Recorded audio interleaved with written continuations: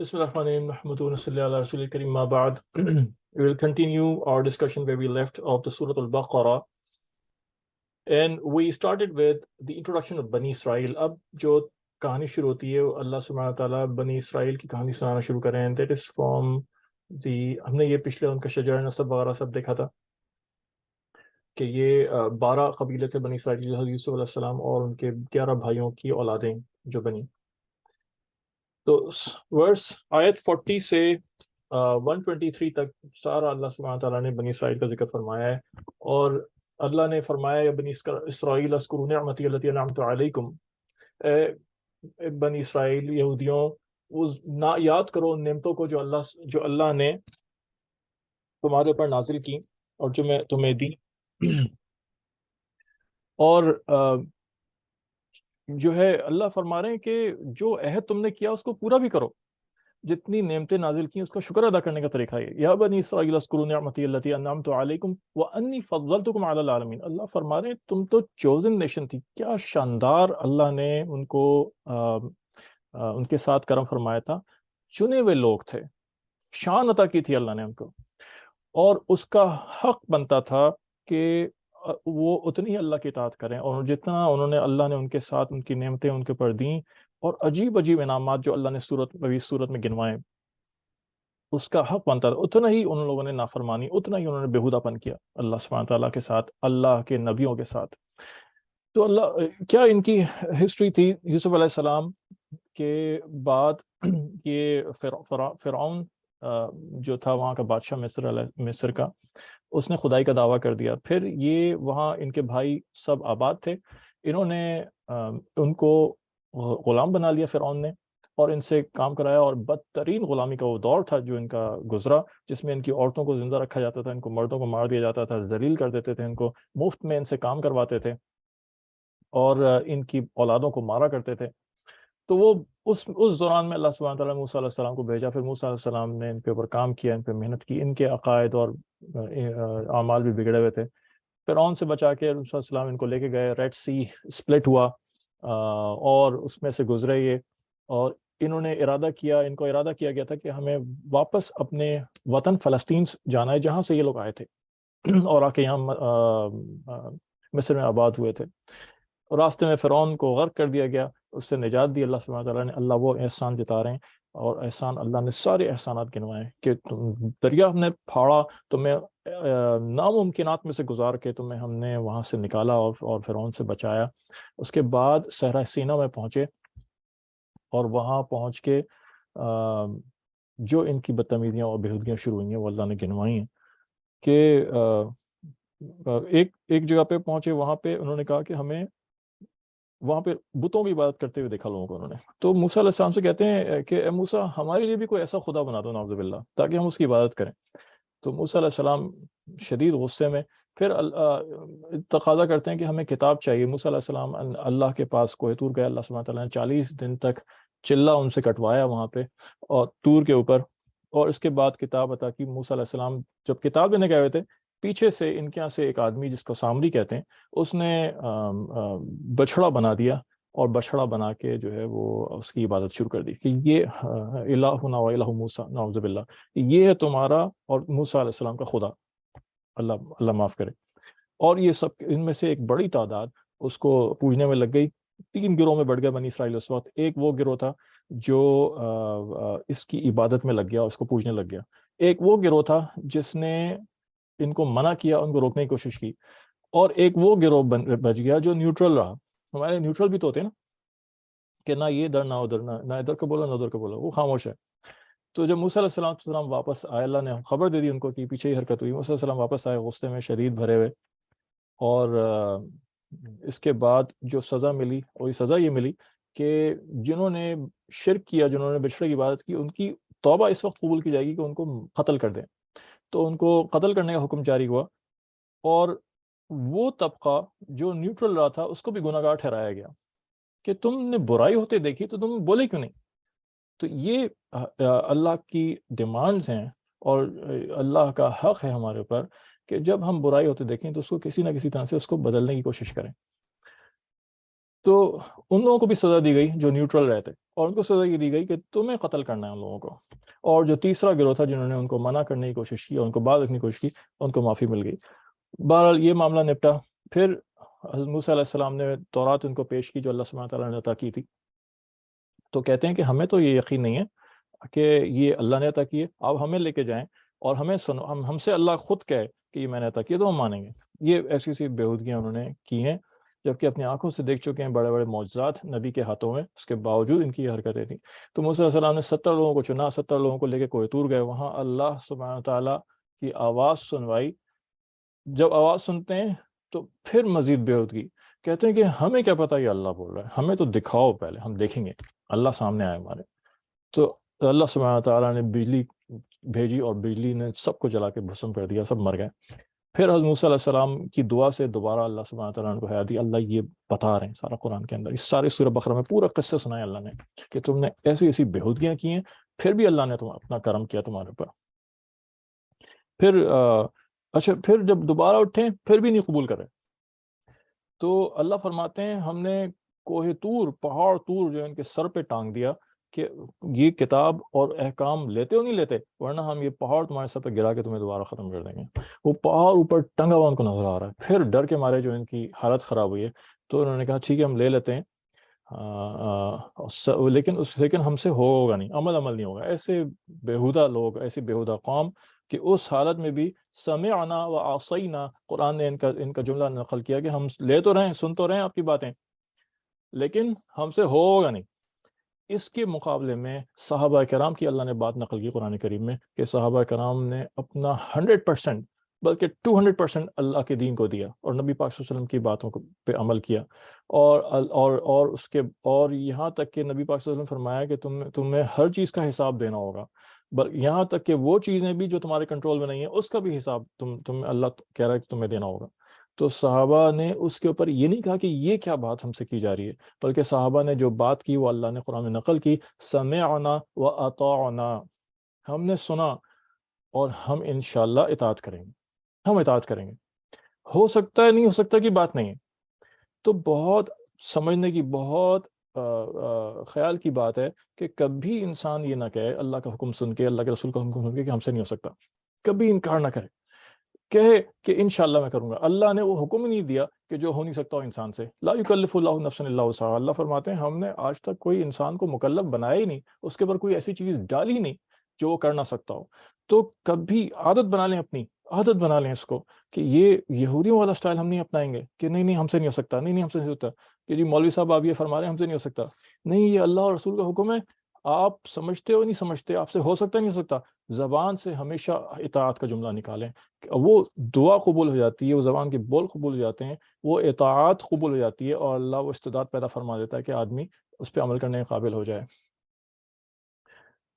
تو پھر پھر اس کے بعد کیا ہوا کہ کہتے ہیں کہ پھر وہ لے کر آ گئے کتاب لے کر آ گئے. اس کے بعد پھر فلسطین میں جب جانا تھا ان کو، تو وہاں عمالقہ قوم ایک بہت جنگجو، بڑے بڑے قد کے اور طاقتور لوگ تھے. تو وہاں دیکھ کے ڈر گئے کہ نہیں ہم تو ان سے کیسے مقابلہ ہوگا. اللہ نے کہا کہ تم وہاں جاؤ اور ان سے جہاد کرو، اور ہم تمہیں گارنٹی دیتے ہیں تم کامیاب ہوگے اور تمہیں فتح ملے گی، لیکن تمہیں لڑ کے لینا ہوگا، ایسے نہیں ملے گا مفت میں. تو ڈر کے مارے ان کی حالت بری ہو گئی. ایک آدمی گیا، اس کو انہوں نے پکڑ لیا، ہمارے قوم نے باندھ کے ان کے پیچھے ہٹ گئے. اور کہتے ہیں پھر ایک بدتمیزی والا جملہ کہتے ہیں کہ موسیٰ علیہ السلام سے کہ فَاذْهَبْ أَنْتَ وَرَبُّكَ فَقَاتِلَا إِنَّا هَاهُنَا قَاعِدُونَ، موسیٰ تم اور تمہارا رب جا کے لڑیں، ہم تو یہیں بیٹھے ہیں، ہم سے نہیں ہوتی لڑائی وڑائی. اس صدا کے اس میں ان کو صحرائے سینا میں قید کر دیا گیا، اور جو جگہ قید کی اسے وادی تی کہتے ہیں. وادی تی میں ان کو قید کر گئے. عجیب قید تھی. ٹائم اور اسپیس تو سارا اللہ کے اختیار میں نا، صحرا پورا کھلا ہوا ہے، لیکن چلتے رہتے صبح سے شام تک، واپس شام کو پھر وہیں موجود تھے جہاں سے چلے تھے. پوری اسپیس کو اللہ نے ان کی کھلی جگہ کو اللہ نے ان کے لیے قید کی جگہ بنا دیا. اسپیس اللہ نے کرو کر دی، پوری ٹرن کر دی. اس سزا کے اندر بھی فضلتکم علی العالمین، یہ اللہ فرما رہے ہیں کہ بنی اسرائیل تم ایسی تمہارے اوپر فضیلت دی ہوئی تھی، تم چوزن نیشن تھے، چنا ہوا تھا تم لوگوں کو. تو اس سزا کے اندر بھی اللہ نے ان کا صحرا میں کیا کرتے، کہاں سے کماتے، کہاں سے کھاتے، کہاں سے اگاتے، صحرا میں کیا چیز، من و سلوا اترا، اللہ نے فرمایا قرآن کے اندر، پکے پکائے بٹیر اترتے تھے، اس کو پکڑتے تھے کھا جاتے تھے، ایک میٹھی چیز تھی جو کہیں گرتی تھی وہ اٹھا کے کھا لیتے تھے، بادل اوپر سایہ کیے ہوئے ہوتے تھے، کپڑوں وغیرہ کا کوئی پرانے پھٹتے نہیں تھے، کچھ نہیں ہوتا تھا، عجیب اللہ نے ان کے ساتھ انتظام کیا تھا۔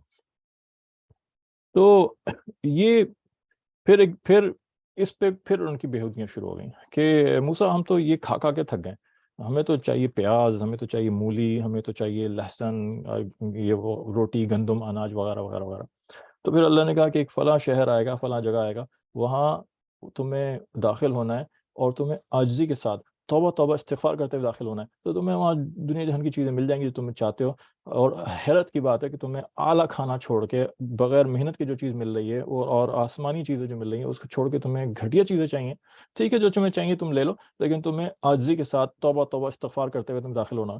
یہ اتنے بیہودہ قوم تھی کہ وہ جب داخل ہوئے تو انہوں نے یہ ساری انسٹرکشنز چھوڑ دیں اور روٹی روٹی، گندم گندم گندم کہتے ہوئے داخل ہوئے، اور عجیب مسخرے پن سے اندر گئے۔ اس کے اوپر اللہ نے مزید ان کے اوپر عذاب ڈالا، طاعون میں گرفتار ہوئے، پھر ان کے اوپر ہفتے کے دن کی پابندی تھی کہ تم مچھلیاں نہیں پکڑو گے، تو جمعے کے دن جال ڈال دیتے تھے، اور ہفتے کے دن آزمائش کی وجہ سے مچھلیاں آتی بھی زیادہ تھیں، تو جمعے کے دن جال ڈال دیتے تھے اور اتوار کو جال نکالتے تھے، مچھلیاں پھنسی ہوئی ہوتی تھیں۔ اللہ کو ٹرک کر رہے ہیں، اللہ کے ساتھ چالاکیاں کر رہے ہیں۔ اس کے نتیجے میں وہ لوگ جو یہ کام کرتے تھے بندر بنا دیے گئے، کبھی خنزیر بنا دیے گئے، بہت ان کے اوپر عذاب آئے، بہت ان کے اوپر غضب ہوا اللہ کا۔ تو یہ سارا کچھ ان کے ساتھ ہوا، اور یہ اللہ سبحانہ تعالیٰ نے سب گنوایا ان کو۔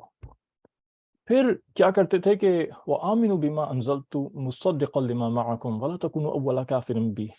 اللہ کہتے ہیں تمہیں تو پتہ ہے سارا، تمہیں تو ساری نشانیاں معلوم ہیں، یہ جو مدینہ میں آ کے آباد ہو گئے تھے، کہ تمہیں تو آخری پیغمبر کے بارے میں سب پتہ ہے، تم علم والے لوگ ہو، تم سب سے پہلے کافر کیوں بنے، تم سب سے پہلے انکار کیوں کیا تم نے؟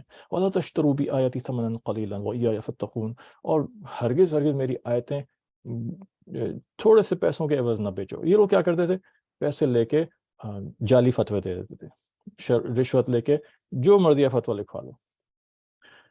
یہ تو اب یہ ہماری قوم بھی چونکہ نقشہ قدم بقدم چل رہی ہے نا، تو ہمارے یہاں بھی بہت ہوتا ہے یہ، ہر طرح کے لوگ مل جائیں گے آپ کو، ہر طرح کے آپ کو اہل علم مل جائیں گے آپ کو، آپ جائیں اور اپنی مرضی کا فتویٰ لکھوا لیں کہ جی 3 طلاق دے کے بیٹھ گئے، اور وہ جا کے فتویٰ لکھوا لیا اپنے پسند کے مولوی صاحب سے کہ جی 3 طلاقیں ایک نشست میں، 3 طلاقیں جو ہیں وہ 1 طلاق ہوگی، جاؤ تمہاری بیوی حلال ہے تمہارے لیے، ایک ہی طلاق ہوئی ہے، 10 بھی دے دو گے، 1000 بھی دے دو گے، ایک نشست میں دیے تو ایک ہی طلاق سمجھی جائے گی۔ حرام کا فتویٰ دیا، ساری زندگی کے لیے زنا میں مبتلا کیا ہے، اور اپنی مرضی کے فتوے دے رہے ہوتے ہیں۔ یہاں بھی موجود ہے، یہاں بھی آپ کو ہر طرح کی چیز مل جائے گی، لیکن اہل حق بھی موجود ہیں، اور بڑی تعداد میں اہل حق بھی موجود ہیں۔ ہم سے کیا غلطی ہوتی ہے کہ ہم یہ چند گندے انڈے، چند کرپٹڈ اہل علم کو لے کے اور سب کے اوپر ہم یہ حکم لگا دیتے ہیں کہ سب خراب ہے، سارے علماء خراب ہیں۔ یہ ناانصافی کی بات ہے، ایسی بات نہیں ہے۔ جو خراب ہے اس کے اوپر اس کو آپ الزام دیں، اور جو حق پہ ہیں اور متقی پرہیزگار کی ایک بڑی تعداد ہے، سب کو نہ لپیٹیں۔ کیا ہم کبھی ہر معاشرے کے اندر، ہر گروپ کے اندر کرپٹڈ لوگ بھی ہوتے ہیں، ہر طبقے میں کرپٹڈ بھی ہوتے ہیں، ہر طبقے میں اچھے بھی ہوتے ہیں۔ علماء بھی انسان ہیں، ان سے بھی غلطیاں ہو سکتی ہیں۔ ہم سے یہ غلطی ہوتی ہے کہ جب ہم کسی اہل علم کو دیکھتے ہیں، ہم اسے فرشتے کے برابر کھڑا کر دیتے ہیں، ہم اسے نبی کے برابر کھڑا کر دیتے ہیں۔ ٹھیک ہے کہ وہ علماء جو ہیں وہ وارث ہیں علوم نبوت کے، لیکن ہیں تو پھر بھی انسان، اور ذرا سی ان سے کوئی غلطی ہو جائے تو اس پہ بھی ہم سخت تنقید کی بات کرتے ہیں، اور جب ان میں سے کوئی کرپٹ نکل آئے تو ہم سب کے اوپر فتویٰ لگا دیتے ہیں۔ یہ ناجائز اور ناانصافی کی بات ہے، اس سے ہمیں بچنا چاہیے کہ کیا ہم دنیا کے اندر بھی ایسا کر رہے ہوتے ہیں؟ تو یہ دراصل دین کے ساتھ اور علماء کے ساتھ بغض رکھنے کی مثال ہے۔ تو جو لوگ ایسا کرتے ہیں ان کو اس سے بچنا چاہیے۔ اگر کتنے ڈاکٹرز ایسے ہیں جو کرپٹ ہیں، اور پیسے کمانے کے لیے غلط سرجریز کروا دیتے ہیں، اور جو ٹیسٹ نہیں کروانے ہوتے وہ بھی لکھ کے دے دیتے ہیں، اور پیسے کماتے ہیں اور بہت کچھ کرتے ہیں۔ ہم انہی کو برا کہتے ہیں، یا سارے ڈاکٹرز کے اوپر ہم فتویٰ لگا دیتے ہیں کہ سب بیکار ہیں، اور جی میڈیکل کالج میں نہ پڑھو اس لیے کہ وہ خراب ڈاکٹرز نکالتے ہیں۔ جو یونیورسٹیز ایسے انجینئرس پیدا کر رہی ہیں کہ جو ایسی سڑکیں بنا رہے ہیں اور ایسی عمارتیں بنا رہے ہیں جو تھوڑے دن میں ٹوٹ جاتی ہیں اور پیسہ کھا جاتے ہیں سارا، ہم صرف انہی کو خراب کہتے ہیں نا، یا سارے انجینئرس کے اوپر کہہ دیتے ہیں کہ سب خراب ہیں، اور جس یونیورسٹی نے ان کو نکالا وہ یونیورسٹی بھی خراب ہے، کبھی بھی نہ پڑھو۔ کبھی ایسا ہم نے کہا کہ جی یہ یونیورسٹیز میں پڑھنا ہی نہیں چاہیے، انجینئرنگ یونیورسٹیز میں، کیونکہ یہ تو کرپٹ انجینئرس نکالتی ہے، لہٰذا خود ہی پڑھو۔ یا میڈیکل کالجز میں کبھی اپنے بچوں کو ڈاکٹر بننے کے لیے نہ بھیجو، کیونکہ وہاں تو غلط قسم کے کرپٹ ڈاکٹر بن کے نکلتے ہیں، لہٰذا خود ہی میڈیکل پڑھو گھر میں۔ کبھی بھی ایسا نہیں کہیں گے۔ لیکن کیا بات ہے کہ مدارس کے بارے میں عام طور پہ ایک طبقے کے اندر یہ بات چلائی جا رہی ہے، میڈیا یہ بات چلا رہا ہوتا ہے کہ جی یہ تو ایک عالم، کسی اہل علم کوئی کرپٹ نکل گیا، وہ اتنا اچھالتے ہیں کہ اللہ کی پناہ۔ بغض ہے دل میں اللہ کے دین سے اور اہل علم کے ساتھ، اور اللہ کے رسول صلی اللہ علیہ وسلم نے یہ فرمایا کہ یہ خطرناک نشانی ہے کہ اہل علم کے ساتھ بغض رکھنا، کہ اس کو ایگزیجوریٹ کر دیتے ہیں اور سب پہ جی مدارس میں تو ہوتا ہی ہے، اور ایسے باتیں سننے میں آتی ہیں، لوگ کہتے ہیں جی مدارس میں تو بھیجنا ہی نہیں چاہیے، خود ہی پڑھو۔ تو یار خود ہی میڈیکل کالج میں نہ بھیجو نا، خود ہی پڑھاؤ اپنے بچوں کو، کیا وہ قابل قبول ہے؟ ہرگز نہیں ہے۔ تو ہم ایکسٹریم پہ نہ جائیں، ہم نا انصافی پہ نہ جائیں، انصاف کے ساتھ بات کریں۔ تَأْمُرُونَ النَّاسَ بِالْبِرِّ وَتَنْسَوْنَ أَنفُسَكُمْ وَأَنْتُمْ تَتْلُونَ الْكِتَابَ فَلَا تَعْقِلُونَ، کہہ رہے ہیں تم تو لوگوں کو تو اچھی باتیں کو حکم کرتے، خود جو ہے وہ نہیں کرتے۔ اور کیا کرتے تھے یہ لوگ؟ حق کو چھپا لیتے تھے۔ نبی پاک صلی اللہ علیہ وسلم کے بارے میں جو نشانیاں ہی چھپا لی، کچھ اور بتا رہے ہیں۔ آپس میں ایک دوسرے سے کہتے تھے خبردار یہ تعلیمات تم کیوں بتاتے ہو لوگوں کو، یہ چھپا کے رکھو جو اللہ نے تمہیں سکھائی ہیں، تمہیں بتائی ہیں، کل کو یہ لوگ تمہارے اوپر حجت لے کر آ جائیں گے۔ تو ہمارے اہل حق علماء تو ہرگز ایسا نہیں کرتے۔ ہمارے علماء نے تو ہر چیز کھول کے دے دی، ساری پورا قرآن آپ کے سامنے ہے، کوئی نہیں چھپایا ہوا، کسی نے اپنے پاس اس کو چھپا کے نہیں رکھا۔ تفاسیر ساری موجود ہیں، ترجمے سارے موجود ہیں، کتابیں ساری موجود ہیں، کوئی آئے تو صحیح، سیکھے تو صحیح۔ لیکن بغیر سیکھے ہم عالم اور علامہ بن جائیں، یہ تو زیادتی اور ظلم و زیادتی کی بات ہے۔ بغیر سیکھے تو کوئی بھی علم، کسی بھی علم کے بارے میں کسی کو حق نہیں پہنچتا کہ بغیر فارمل سٹڈیز کے وہ اپنی رائے کا اظہار شروع کر دے، بالکل بھی نہیں، ہرگز نہیں۔ یہ تو عقل کے بھی خلاف ہے، تجربے کے بھی خلاف ہے۔ فارمل سٹڈیز کریں، اگر آپ کو عالم بننے کا شوق ہے، آپ انجینئر ہو، آپ ڈاکٹر ہو، آپ جو لائر ہو، جو کچھ ہو، آپ چاہتے ہو کہ اللہ کی کتاب کے بارے میں بات کرو، آپ اللہ کی کتاب کو سمجھیں، آپ فارمل سٹڈیز کریں اور آپ وہ سرٹیفکیٹ حاصل کریں کہ جس کو لے کے آپ اس بات کو آگے، جس میں آپ کو صحیح طریقے سے مستند ذرائع سے آپ کو وہ چیز سکھائی جا سکتی، پھر آپ بولیں، آپ کو کوئی نہیں روکے گا۔ لیکن یہ لا تعداد یوٹیوب چینل پہ ہر ایرا غیرہ ڈاکٹر انجینئر آ گیا، ہر ایرا غیرہ لائر آ گیا، ریٹائرڈ بیرسٹر آ گیا، جس کو موقع ملتا ہے سب آ کے الا بلا بولتے ہیں۔ کسی نے فارمل سٹڈیز نہیں کی ہوتی، کسی نے صحیح ذرائع سے نہیں پڑھا ہوتا، خود کتاب اٹھاتے ہیں اور شروع ہو جاتے ہیں۔ گمراہی کی نشانیوں میں سے کوئی نہیں منع کرتا آپ کو، آپ کوئی بھی ہو، لیکن پراپر طریقے سے ایکریڈیٹڈ انسٹیٹیوٹ سے تو حاصل کرو۔ آپ کی ڈگری ڈاکٹر ہو، انجینئر ہو، جب تک پراپر ایکریڈیٹڈ انسٹیٹیوٹ سے نہ حاصل ہو، کوئی ریلائبل ہوگی؟ اسی طرح سے دین بھی آپ جگہ سے سیکھیں، پراپر جگہ سے سیکھیں، مستند ذرائع سے سیکھیں، پھر کوئی منع نہیں کرے گا آپ کو۔ تو یہی انہوں نے حرکتیں کی، اللہ سبحانہ تعالیٰ نے اس ساری باتیں گنوائی۔ پھر ایک واقعہ ہوا کہ یہ جو سورہ بقرہ میں جو بقرہ نام رکھا گیا ہے، اس کے اوپر یہ کیسے آیا؟ تو بنی اسرائیل میں سے ایک آدمی نے اپنے چچا کو دولت کی لالچ میں قتل کر دیا، اور قتل کر دی، رات لاش اسے کہیں ڈال دی۔ اب یہ سراغ نہیں لگ رہا کہ کس نے مارا ہے۔ تو اللہ سبحانہ تعالیٰ ویسے بھی بتا سکتے تھے کہ جی فلاں نے کیا، نبی، وقت کا نبی موجود تھا، اس کو وحی ہوتی کہ فلاں قاتل ہے اور بات ختم ہو جاتی، لیکن اللہ نے ایک نہایت ہی انوکھا انداز اختیار کیا، اور اس کے پیچھے حکمت بھی تھی۔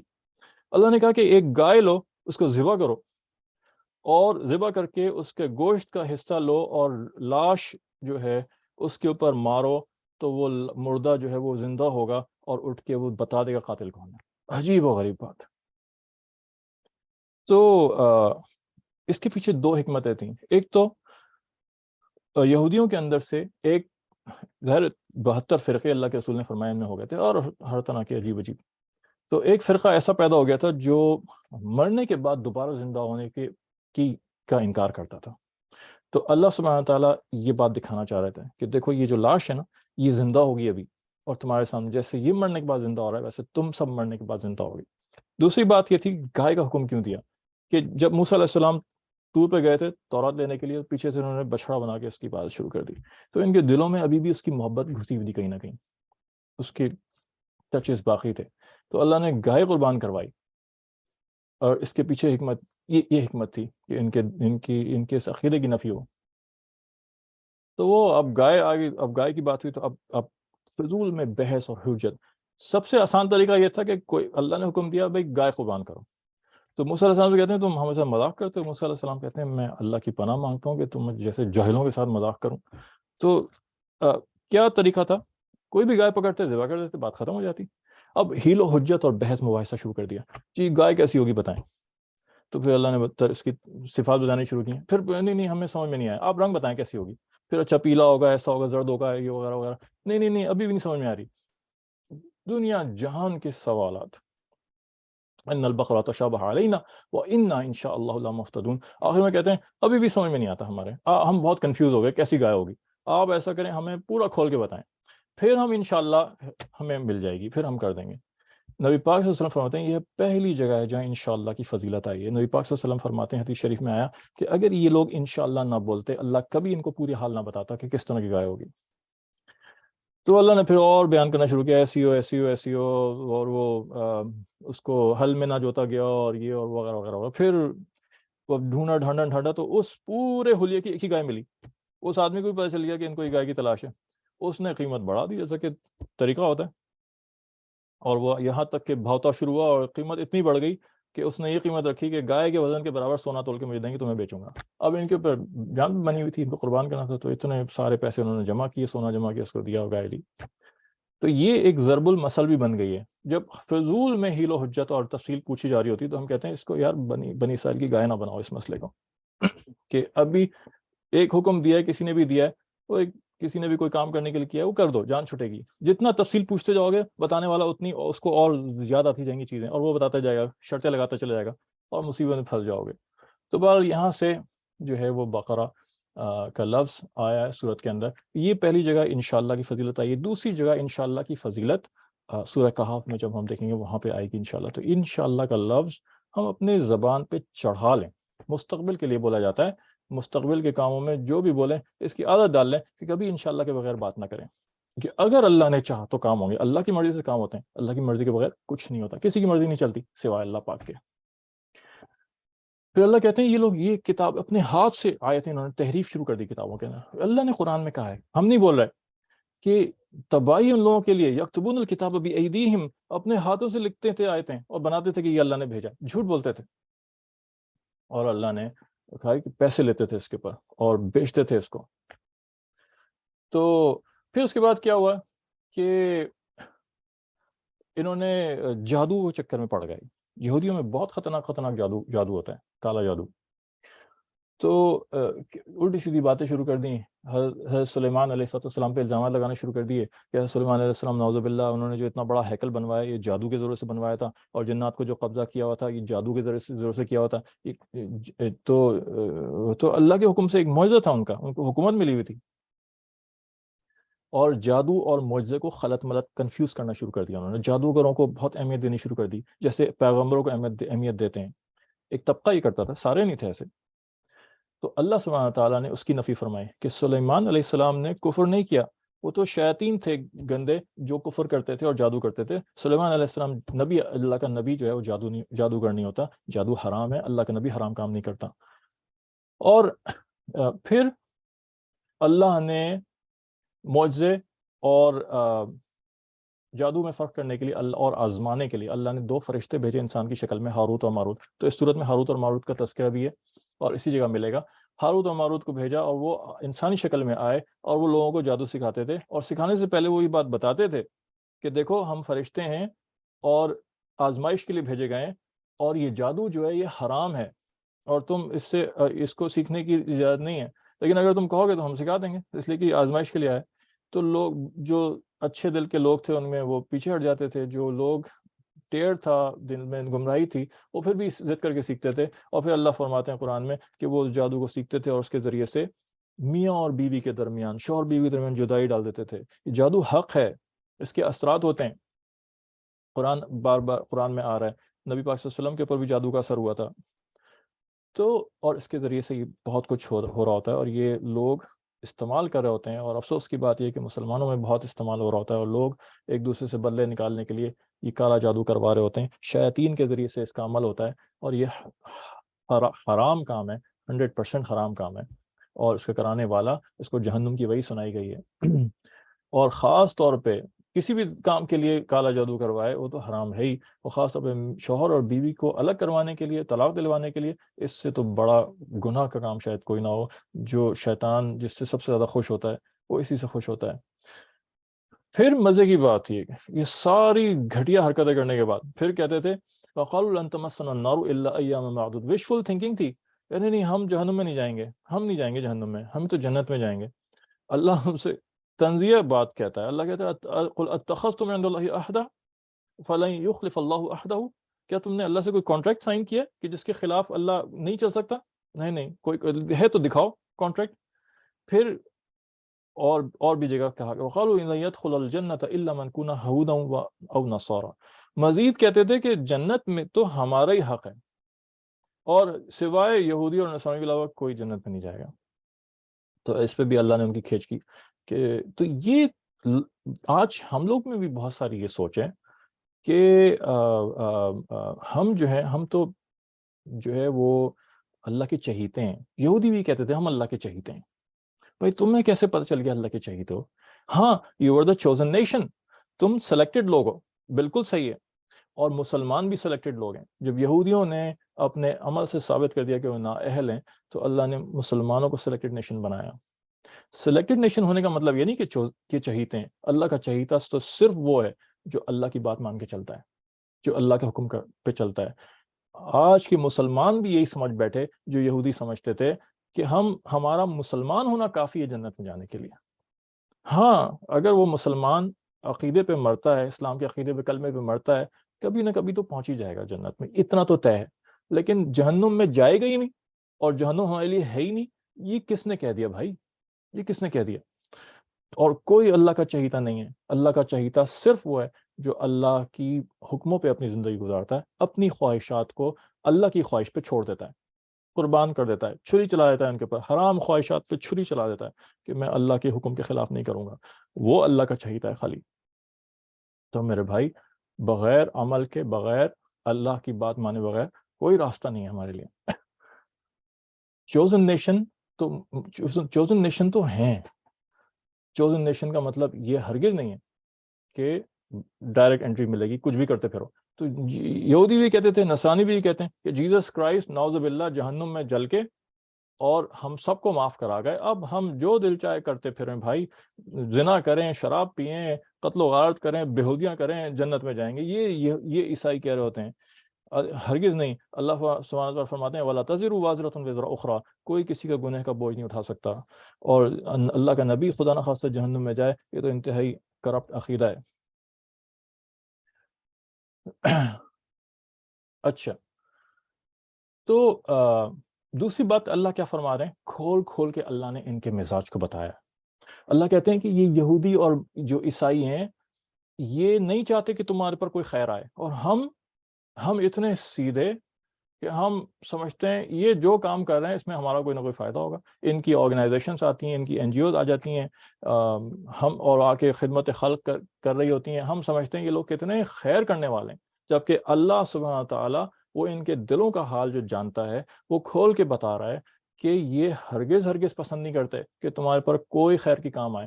ہر خیر کے کام کے پیچھے ان کا کوئی نہ کوئی مقصد ہوتا ہے۔ 10 کو تھپڑ لگاتے ہیں، 2 کو پیار کر کے سلا دیتے ہیں، ہمیں اس سلانے والا چیز اور سلانے والی چیز کو، پیار کرنے والی چیز کو خوب تشہیر کرتے ہیں، اور ہمیں لگتا ہے کہ یہ تو بہت اچھے لوگ ہیں۔ اور 10 کو جو تھپڑ مارا اس کو کوئی نہیں دیکھا، پہلے حملہ کرتے ہیں اور تباہ کرتے ہیں جگہ، اور اس کے بعد اپنی آرگنائزیشن پھیل کے ریلیف کا کام شروع کر دیتے ہیں، اور ریلیف کا کام ہمیں نظر آتا ہے۔ ہم اتنے سیدھے سادے ہیں کہ ہماری سیدھے پن پہ ہم قربان جائیں۔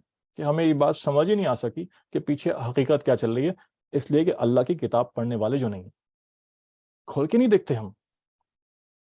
تو وہ جو گائیڈنس اللہ نے دی ہے بھائی، وہ اصل گائیڈنس ہے جو اللہ اندر تک کی بات جانتا ہے، جو ان کے دلوں کا حال جانتا ہے، جو سب کے دلوں کا حال جانتا ہے، وہ جو بتا رہا ہے اس کے اوپر چلنا چاہیے، اس کے اوپر یقین رکھنا چاہیے. پھر آ جاتی ہیں اسی صورت کے اندر تنسیخ. کچھ آیتیں اللہ نے منسوخ کر دیں تو کافروں نے اعتراض شروع کر دیا، یہ کیا طریقہ ہے یار کہ تم کوئی آیتیں پہلے پڑھتے ہو پھر اس کو منسوخ کر دیتے ہو، پھر نکالتے ہو، پھر ڈالتے ہو، یہ کیا نعوذ باللہ، کیا کہ اللہ کو تمہارے یہ نہیں پتہ کون سی آیتیں رکھنی تھی کون سی نہیں رکھنی تھی؟ تو اللہ سبحانہ تعالیٰ فرماتے ہیں کہ ہماری مرضی ہے کہ جو آیتیں ہم جب ڈالنا چاہیں ڈالیں، جب نکالنا چاہیں نکالیں. اور یہ حکمت ہے اللہ کی کہ آہستہ آہستہ تدریجاً احکامات نازل کیے، اور پھر جب اس کی ضرورت ختم ہو گئی تو اس کو ہٹایا. انسان کی تربیت کے لیے تدریجاً اور گریجول تربیت ہوتی ہے. جب اس کو جس چیز کی ضرورت ہوتی ہے وہ ڈالا، پھر وہ گریجولی وہ جب ترقی کر گیا، اس سے آگے بڑھ گیا، اب نئے حکم کو اس پہ ڈالا، پرانا حکم ختم کر دیا گیا. پہلے ہی سے ڈائریکٹلی اگر آخری اور ایڈوانس اسٹیج کا حکم ڈال دیتے تو پھر وہ عمل کے قابل نہ رہتا. تو منسوخ ہونے کی اور تنسیخ کی 3 شکلیں ہیں. وہ آیت قرآن سے جو منسوخ کر دی وہ ہٹا لی جائے اور اس کا حکم بھی ختم کر دیا جائے. دوسرا صورت اس کی یہ کہ قرآن سے آیت تو ہٹا لی گئی تو اس کی تلاوت منسوخ ہو گئی، لیکن اس پہ حکم ابھی بھی جو آیت ہے وہ حکم ابھی بھی امپلیمنٹیبل اپلیکیبل ہے اور باقی ہے، اس پہ عمل کرنا ہے. اور تیسری صورت یہ ہے کہ قرآن میں آیت تو رکھی جائے اور اس کی تلاوت بھی کریں، لیکن اس کے اندر جو حکم ذکر کیا گیا ہے اس حکم کو ختم کر دیا جائے. اور یہ تینوں طرح کی شکلیں ہمیں نظر آتی ہیں اور تینوں کی مثالیں بھی موجود ہیں. پھر اس کے بعد اللہ سبحانہ تعالیٰ نے قبلے کی ڈائریکشن کا حکم فرما دیا کہ وہ وَلِلَّهِ الْمَشْرِقُ وَالْمَغْرِبُ فَإِنَّمَا تُوَلُّوا فَثَمَّ وَجْهُ اللَّهِ، کہ جس طرف بھی شکل کرو گے، جس طرف بھی منہ کرو گے، ہر طرف اللہ ہے. تو صحابہ کے ساتھ یہ واقعہ ہوا تھا کہ صحابہ ایک جگہ گئے اور وہاں پہ قبلے کی سمت نہ پتہ ہونے کی وجہ سے صحابہ نے اندازے سے نماز پڑھی، اور پھر صحابہ پریشان ہو گئے کہ اب ہماری نماز صحیح ہوئی ہے نہیں ہوئی ہے. تو یہاں پہ اس کا حکم اللہ سبحانہ تعالیٰ نے دیا کہ وہ حالات جب تمہیں پتہ ہی نہ ہو کہ قبلہ کدھر ہے، تو جس طرف تمہارا غالب گمان کر رہا ہے اس طرف تم رخ کرو اور نماز پڑھ لو. اس کے بعد چاہے دوبارہ بعد میں تم لوگوں کو پتہ بھی چل جائے کہ قبلہ کدھر ہے، تمہاری نماز اللہ نے قبول کر لی، کیونکہ ہر طرف اللہ ہی اللہ ہے. لیکن جب تمہیں معلوم ہے قبلہ، تو قبلے سے ہٹ کے نماز پڑھنے سے نماز نہیں ہوگی. علم والا، جاننے والا جب خلاف حکم کام کرے وہ چیز قابل قبول نہیں ہوتی. ہاں، نہ پتہ ہونے کی صورت میں جب وہ اپنی بہترین استعداد کے ساتھ کام کرے گا اور بیسٹ ایسٹیمیشن لگائے گا اور پھر بھی غلط ہو جائے، اللہ نے اس پہ معافی رکھی ہے. تو قبلے کی حکم آیت بھی یہاں پہ آتی ہے. اس کے بعد حضرت ابراہیم علیہ السلام کا واقعہ، یہاں بنی اسرائیل ختم ہو جاتا ہے یہاں پہ قصہ، لیکن بنی اسرائیل کا قصہ بھی ختم نہیں ہوا. بہت ساری صورتوں میں بنی اسرائیل کا قصہ آیا، جگہ جگہ مختلف رخ سے آیا، بار بار تکرار کی ہے. فی الحال یہاں پہ ختم ہو گیا. اب حضرت ابراہیم علیہ السلام کا قصہ یہاں پہ شروع ہوتا ہے. حضرت ابراہیم علیہ السلام کو اللہ تعالیٰ نے فرمایا وَإِذِ ابْتَلَىٰ إِبْرَاهِيمَ رَبُّهُ بِكَلِمَاتٍ فَأَتَمَّهُنَّ، کہ ہم نے ابراہیم علیہ السلام کو آزمایا کچھ باتوں سے، ٹیسٹ لیا اللہ نے، اور ابراہیم علیہ السلام ان سارے ٹیسٹ میں پورے اترے. کیا کیا ٹیسٹ لیا تھا اللہ نے؟ علماء فرماتے ہیں، اس میں تفسیر میں آتا ہے کہ نمرود جو ظالم ترین بادشاہ تھا، اس کے سامنے حق بات کہنے کا ٹیسٹ تھا، تو وہ کیا. پھر آگ میں ڈالے گئے، پھر اس کے بعد اپنا ملک چھوڑ دینا پڑا. پھر اس کے بعد یہ آزمایا گیا ان کو کہ ایک عورت، اکیلی عورت، اس کے ساتھ پیدا ہوا چھوٹا سا بچہ اسماعیل علیہ السلام اور ہاجرہ بی بی ہاجرہ علیہ السلام، ان کو بغیر آباد جگہ پہ چھوڑنے کا حکم دیا. پتھر، چٹانیں، کوئی زندہ چیز نہیں، کوئی اگنے والی چیز نہیں، کوئی انسان نہیں، وہاں اکیلا چھوڑ کے اور گھر چلے جاؤ تم. بہت بڑا ٹیسٹ ہے. انسان خود اپنے اوپر برداشت کر لیتا ہے، اپنے گھر والوں پہ تکلیف برداشت کرنا بہت مشکل ہوتا ہے. حضرت ابراہیم السلام اس پہ پورے اترے. پھر جب کبھی ملنے واپس آتے، حکم نہیں تھا کہ سواری سے اترو، بس وہیں سے سواری میں بیٹھے بیٹھے دیکھو واپس چلے جاؤ. پھر اس کے بعد اس سے بھی بڑا ٹیسٹ کہ جب اسماعیل علیہ السلام 6 سال کے ہوئے تو حکم دیا کہ ان کو ذبح کرنا ہے، ان کے گلے پہ چھری پھیرنی ہے. اور حضرت ابراہیم علیہ السلام، بہت بڑا ٹیسٹ تھا.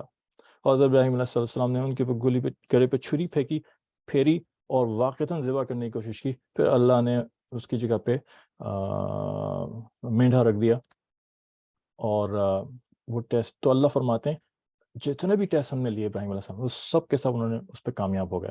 قال انی جاعلک للناس اماما، تو پھر اللہ نے ان سے کہا کہ اب ہم تمہیں امام بنائیں گے لوگوں کا۔ تو اللہ کی طرف سے امامت کا فیصلہ، لیڈرشپ کا فیصلہ اللہ کے حکموں پہ پورا اترنے پہ ہوتا ہے۔ وہ انڈیویجول لیول کے حکم ہو یا کلیکٹیو لیول کے حکم ہو، جب انسان ان احکام پہ پورا اترتا ہے، تب اسے کچھ نہ کچھ درجہ اللہ کے ہاں ملتا ہے، اور وہ جو درجہ ملتا ہے اللہ کے ہاں تو پھر وہ دنیا میں بھی اس کا اظہار ہوتا ہے۔ تو ابراہیم علیہ السلام نے پوچھا ہم سے کہ یا اللہ ومن ذریتی، کیا یہ جو امامت ملے گی، جو لیڈرشپ ملے گی، وہ میری اولاد میں بھی ملے گی؟ تو اللہ سبحانہ وتعالیٰ نے فرمایا قال لا ینال احد الظالمین، جو ظالم ہوں گے، جو نافرمان ہوں گے، ان پہ ہمارا کوئی وعدہ نہیں ہے۔ تو سارا کا سارا جو کھیل ہے وہ اطاعت کا کھیل ہے۔ تو اس پہ سوال یہ اٹھتا ہے کہ اب بنی اسرائیل نے اپنی ہٹ دھرمی اور اپنے عمل سے ثابت کر دیا کہ وہ اس کے اہل نہیں ہیں۔ اللہ سبحانہ تعالیٰ نے وہاں سے ہٹا لی کہ اب یہ چوزن نیشن نہیں رہے، اب آخری امت جو نبی پاک صلی اللہ علیہ وسلم کی آئی ہے، جو مسلمان ہیں، یہ چوزن نیشن ہے۔ لیکن چوزن کا مطلب یہ نہیں کہ آٹومیٹکلی چہیتے بھی بن گئے، چہیتے صرف وہی بنیں گے جو عمل کرنے والے ہوں گے، جو بات ماننے والے ہوں گے۔ لیکن قیامت تک امامت کا فیصلہ اسی امت کے پاس ہے۔ پھر ہمیں کیوں نہیں ملتی بھائی؟ پھر ہم کیوں سب سے پیچھے ہٹ گئے؟ اس لیے کہ امامت کا فیصلہ ظالموں کے لیے نہیں ہے۔ جو اللہ کی بات مان کے چلے گا، جو نبی پاک صلی اللہ علیہ وسلم کے طریقوں میں چلے گا، صرف وہی، اور اللہ نے یہی اسباب بنائے، کامیابی کے اسباب اللہ نے صرف یہی بنائے۔ یہ اس سے فرق نہیں پڑتا کہ کتنے ہتھیار ہیں، کتنی تعداد ہے، کتنے ریسورسز ہیں، کتنی سائنٹیفک انوینشنز ہیں۔ اللہ پاک ان چیزوں پہ، اللہ پاک کی قدرت ان چیزوں پہ ڈیپینڈ نہیں کرتی۔ کیوں ہم بھول جاتے ہیں؟ سامنے اللہ ہمیں مثالیں دکھا رہا ہے۔ صحابہ کرام کی جماعت، تھوڑی سی جماعت، تعداد میں کم، ریسورسز نہیں ہیں اس کے پاس، لیکن اللہ کے آگے سر جھکانے والے، اپنی خواہشات کو ختم کر دینے والے، اللہ جہاں جاتے تھے، ایک صحابی ہزار لوگوں پہ بھاری ہوتا تھا، ہزار لوگوں پہ بھاری ہوتا تھا۔ تو وہ اسی طرح سے حال کی بات، چلو وہ تو ماضی کی چیز ہے نا، وہ تو کہیں گے اچھا جی کتابی باتیں ساری۔ حال کی بات ہے کہ افغانستان کے اندر تھوڑے سے مسلمان، لیکن باعمل مسلمان، ان کے پاس ہتھیار بھی پراپر نہیں تھے، اور جن کے پاس کوئی بم میزائل بھی نہیں تھے، کس طرح سے 3 سپر پاورز کو انہوں نے ہر زمانے میں انہوں نے منہ دکھا دیا۔ برٹش وہاں سے منہ کی کھا کے گئے، روس وہاں سے منہ کی کھا کے گیا، اور ابھی حال کی سپر پاور جس کو ہم سپر پاور سمجھتے ہیں، اللہ کے آگے اس کے لیے سپر پاور نہیں ہے، وہ وہاں سے منہ کی کھا کے گئی اور ہاتھ جوڑتی ہوئی معافی مانگ کے گئی۔ تو اللہ کے نزدیک نہ ان کے پاس ایٹم بم، نہ ان کے پاس کوئی جدید ہتھیار، لیکن وہ اللہ والے لوگ ہیں۔ یہ چیز اللہ کے یہاں، اللہ کی وعدہ ہے کہ جب مسلمان اسلام پہ آئے گا، اللہ اس کو کامیاب کر دے گا، اور اس کے لیے کوئی اسباب کی شرط نہیں ہے۔ ہاں، بغیر اس اطاعت کے، اپنی خواہش نفسانی پہ چلتے ہوئے ایٹم بم بھی ہوگا تو ذلیل و خوار ہوگا، جیسا کہ ہم ہو رہے ہیں۔ پوری دنیا میں ذلت و خواری، یہ ایٹم بم والی نیشن ہے، اور ذلیل و خوار ہو رہے ہیں پوری دنیا کے اندر، اس لیے کہ ہم نے فیصلہ کیا ہوا ہے کہ ہمیں بات نہیں ماننی۔ تو یہ اصول ہے کامیابی کے جو اللہ پاک نے دیا۔ پھر بیت اللہ اور کعبے کی بات اس صورت میں بیان کی گئی، اور کہ اللہ نے کعبے کو امن کی جگہ بتایا، وہاں پہ کلنگز اور قتل و غارت کو منع کیا گیا، اور مقام ابراہیم کا ذکر بھی اس میں آتا ہے۔ اور پھر حضرت ابراہیم علیہ السلام کی دعا اس میں آتی ہے کہ یا اللہ اس شہر کو آپ امن کی جگہ بنا دیں، اور آپ یہاں کے لوگوں کو جگہ جگہ کے پھل کھلائیں، دنیا جہان کے پھل کھلائیں۔ مکے کو کہتے ہیں وادی غیر ذی زرع، ایسی جگہ جہاں کچھ کھیتی اگی نہیں سکتی، پتھر چٹانیں ہیں، کھیتی ہو ہی نہیں سکتی۔ ابراہیم علیہ السلام دعا مانگا۔ یہ دیکھو، یہ غیب کی باتیں ہیں، یہ یقین ہے اللہ کے اوپر کہ یا اللہ یہاں تو کچھ اگ نہیں سکتا، لیکن آپ یہاں کے رہنے والوں کو دنیا جہان کی چیزیں کھلائیں۔ آج گواہ ہیں لوگ، ہزاروں لوگ جاتے ہیں، لاکھوں لوگ مسلمان جاتے ہیں، وہاں ابھی بھی کچھ نہیں اگتا، لیکن دنیا جہان کے پھل موجود ہیں، دنیا جہان کی چیزیں موجود ہیں۔ پھر اور برکت وہاں پہ، ایسی برکت تو نبی پاک صلی اللہ علیہ وسلم سے آتا ہے حدیث شریف میں کہ نبی پاک صلی اللہ علیہ وسلم نے اللہ سے دعا مانگی کہ اللہ آپ کے خلیل نے مکے میں کے لیے دعا مانگی کہ وہاں برکت نازل فرما اور پھل کھلا، میں آپ سے مدینے کے لیے بھی وہ دعا مانگتا ہوں کہ آپ مدینے میں بھی برکت دیں، بلکہ میں آپ سے یہ دعا مانگتا ہوں کہ مدینے میں اس سے زیادہ برکت دیں۔ یہ حدیث شریف میں اس طرح کے الفاظ آتے ہیں ملتے جلتے۔ آج ہم گواہ ہیں جو وہاں زائرین جاتے ہیں، میں گیا، اللہ نے موقع دیا، ہم نے خود یہ بات وٹنس کی کہ مدینے میں مکے سے زیادہ برکت موجود ہے، زیادہ برکت موجود ہے۔ اس کو الفاظ سے بیان کرنا بہت مشکل ہے، لیکن اب جا کے وہاں پہ تجربہ کرتے ہیں اور اس بات سے کوئی انکار نہیں کر سکتا۔ اور پھر کعبے کو بنانے کی بھی اسی صورت کے اندر قصہ موجود ہے۔ وَإِذْ يَرْفَعُ إِبْرَاهِيمُ الْقَوَاعِدَ مِنَ الْبَيْتِ، بیت اللہ شریف گر گیا تھا، ختم ہو گیا تھا زمانے کے ساتھ ساتھ، اللہ نے بادلوں کے ذریعے سے نشاندہی کی اور سایہ ڈال کے اس کی پوری حدود بنائی، اور ابراہیم علیہ السلام اسماعیل علیہ السلام نے مل کے اس کو بنایا، اور وہاں پھر کیا کہتے ہیں حج شروع ہوا۔ اور پھر ابراہیم علیہ السلام اسماعیل علیہ السلام نے مل کے دعا کی کہ یا اللہ یہاں پہ آپ یہاں کے رہنے والوں کے لیے آپ نبی بھیجیں جو یہیں کے لوگوں میں سے ہو، جو حضرت محمد صلی اللہ علیہ وسلم کی بارے میں دعا تھی، اور آپ صلی اللہ علیہ وسلم اسی دعا کے نتیجے میں اللہ سبحانہ تعالیٰ نے اس جگہ مبعوث فرمائے۔ یہاں پہنچ کے ہمارا پہلا پارہ ختم ہو جاتا ہے، اور ابھی سورہ بقرہ 1.5 پارے تک اور چلے گی انشاءاللہ۔ اللہ تعالیٰ ہمیں عمل کی توفیق عطا فرمائے، اور دعا کر لیتے ہیں انشاءاللہ۔ اللہم لک الحمد کما انت اہل، فصلی وسلم علی محمد کما انت اہل، وافعل بنا کما انت اہل، فانک اہل التقوی والمغفرہ۔ اللہم ارنا الحق حقا وارزقنا اتباعہ، وارنا الباطل باطلا وارزقنا اجتنابہ۔ اللہم اہدنا واہد بنا واجعلنا سببا لمن اہتدی۔ اللہ ہمیں ہدایت عطا فرما دیجیے، جو کچھ ہم درس سن رہے ہیں، کر رہے ہیں، اس پہ عمل کرنے والا بنا دیجیے، اس کو آگے پہنچانے والا بنا دیجیے۔ یا اللہ ہماری عقیدوں کو صحیح کر دیں، ہماری سوچ کو صحیح فرما دیں۔ یا اللہ ہمیں جو ہدایت دی ہوئی ہیں انہیں سمجھنے والا، لینے والا، عمل کرنے والا بنا دیں۔ وصلی اللہ تعالیٰ علی نبینا محمد وعلیہ وسلم، آمین رب العالمین۔ اب یہ تھوڑی سی ایک بات یہ کرنی تھی کہ کئی جگہ سے میرے پاس ریکویسٹ آئی ہیں کہ یہ بہت چھوٹا ہوتا ہے سیشن، آدھے گھنٹے کا، تو بات پوری بھی نہیں ہو پاتی، تسلی بھی نہیں ہو پاتی، تو اس کو تھوڑا سا اس کا وقت بڑھا دیں۔ تو اگر ہم اس کو کیا کہتے ہیں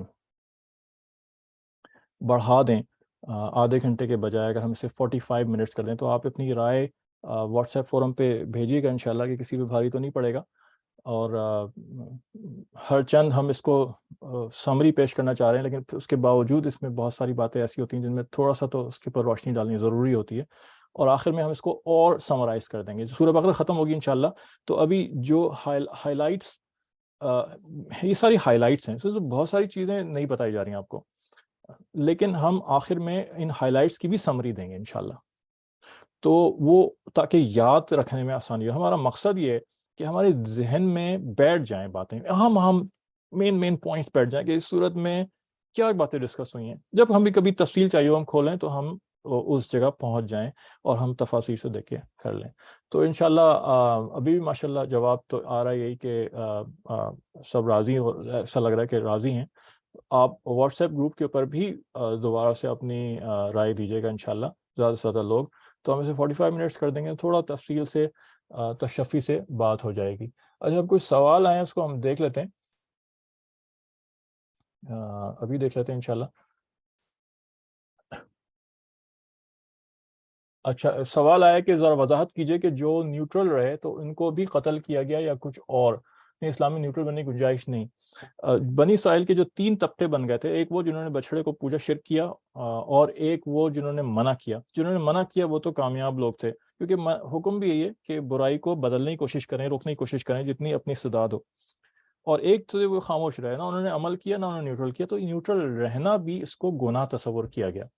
لیکن ان کی سزا میں ان کو قتل نہیں کیا گیا، کیونکہ انہوں نے شرک تو نہیں کیا، ان کی اس کی سزا یہ دی گئی کہ جن کو قتل کرنا تھا وہ تم لوگ قتل کرو گے جو نیوٹرل تھے۔ تو یہ بتاتے خود ایک تکلیف کی بات ہے، تو ان کو یہ سزا دی گئی۔ نیوٹرل لینے کی گنجائش اسلام کے پھر پوچھا اسلام میں نیوٹرل لینے کی گنجائش ہے کہ نہیں ہے؟ دیکھیں، اس میں اپنی استعداد کے حساب سے اور ایمانی سطح کے حساب سے کام کرنے کی اس میں ہے کہ جس قدر ہمت اپنے اندر پاتے ہیں، ایک تو اللہ سے ہمت کی درخواست کریں اور دعا کریں. دوسرے بعض جگہوں پہ بولنے سے فتنہ بڑھنے کا زیادہ ہوتا ہے، تو ادھر بھی ہمیں خاموش تو نہیں رہنا چاہیے. تو اس کا بھی ایک فن ہوتا ہے بات کرنے کا، کہ ہم چلو ہم ڈائریکٹ منع نہیں کر سکتے، روک نہیں سکتے، یار نہیں کرو یہ غلط ہے. بعض دفعہ اس سے اور مخالفت کا بڑھنے کا، اور ہم سمجھتے ہیں کہ ہم وہ مخالفت برداشت نہ کر سکیں، تو اور کئی طریقوں سے بات کی جا سکتی ہے.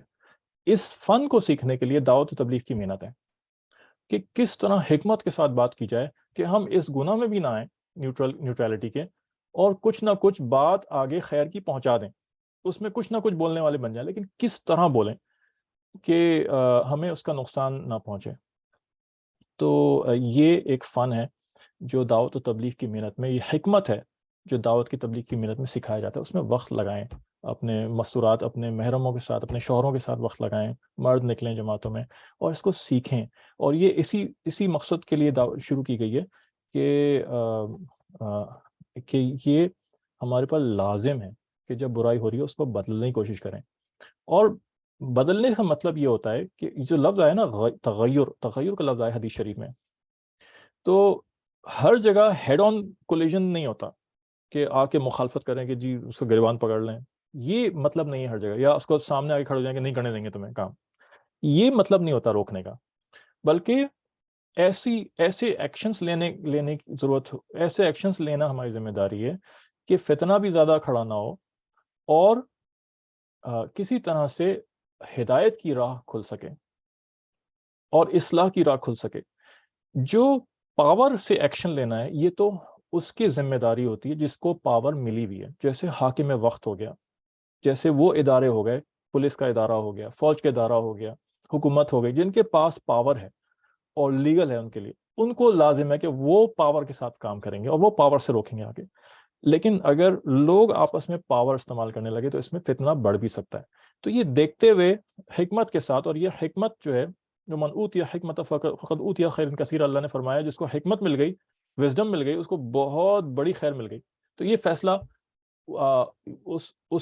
اس بیسس پہ کیا جائے، اللہ سے حکمت بھی مانگے کہ کہاں کس طرح کے کام کرنا ہے. حضرت حسین رضی اللہ تعالیٰ عنہ آپ صلی اللہ علیہ وسلم سے وہ تو جا کے لڑ گئے، ان جان قربان کر دی انہوں نے. تو ایک حسینی طرز عمل ہے. حسن رضی اللہ تعالیٰ عنہ جو انہی کے بھائی تھے اور اللہ کے رسول کے دوسرے نواسے، انہوں نے خلافت چھوڑ دی، پیچھے ہٹ گئے. یہ حسینی طرز عمل ہے، حسنی طرز عمل ہے. کہاں حسنی طرز عمل اختیار کرنا ہے، کہاں حسینی طرز عمل اختیار کرنا ہے، یہ حکمت سے طے ہوتا ہے. تو ہمارے شیخ مفتی نوال الرحمن صاحب دامت برکاتہ فرماتے ہیں حضرت کہ علم علم پہ اور عقل، علم پہ عمل کرنے کے لیے عقل چاہیے اور حکمت چاہیے. اور کہتے ہیں اگر علم اور عقل کو تولا جا سکتا ہوتا تو 1 من علم پہ عمل کرنے کے لیے اور سمجھنے کے لیے 10 من عقل چاہیے ہوتی ہے. جی بات اچھا پھر سوال ہے جی، یہ بات کہی جاتی ہے کہ امت محمد کی وجہ سے اور وسلم کی شفاعت ہو جائے گی، بس کلمہ گو ہونا چاہیے. کتنی صحیح بات ہے. بالکل جناب، یہ بات صحیح ہے کہ کلمہ گو ہونے کی وجہ سے ایمان پہ جس کا خاتمہ ہوا، چاہے وہ جتنے بھی گناہ کرتا رہا ہو، تو انشاءاللہ ایک نہ ایک دن جنت میں ضرور جائے گا. یہ عقیدہ رکھنا ضروری ہے اور ہوگا بھی ایسا ہی.